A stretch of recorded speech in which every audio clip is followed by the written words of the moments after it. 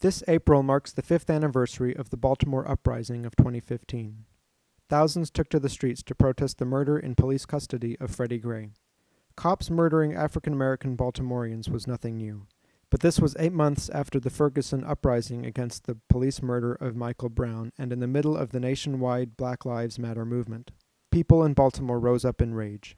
Baltimore cops harass, abuse, and even murder young black men on a regular basis. Why the mass action this time? Maybe because of the protests across the country against similar murders.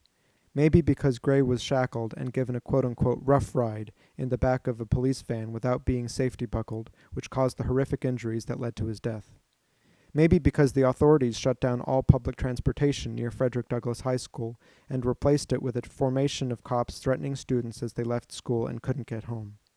And maybe because of the daily abuse and violence by cops, the bad physical conditions of schools and housing, the lack of inexpensive, healthy food in food desert neighborhoods where chain supermarkets refuse to locate, the absence of quality, affordable health care, the lack of decent paying jobs, and the pervasiveness of racism in people's lives in so many other ways.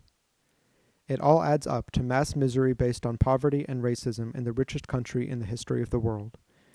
What could be more reasonable than for people to fight back? As Langston Hughes wrote, "What happens to a dream deferred? Does it dry up like a raisin in the sun, or does it explode?"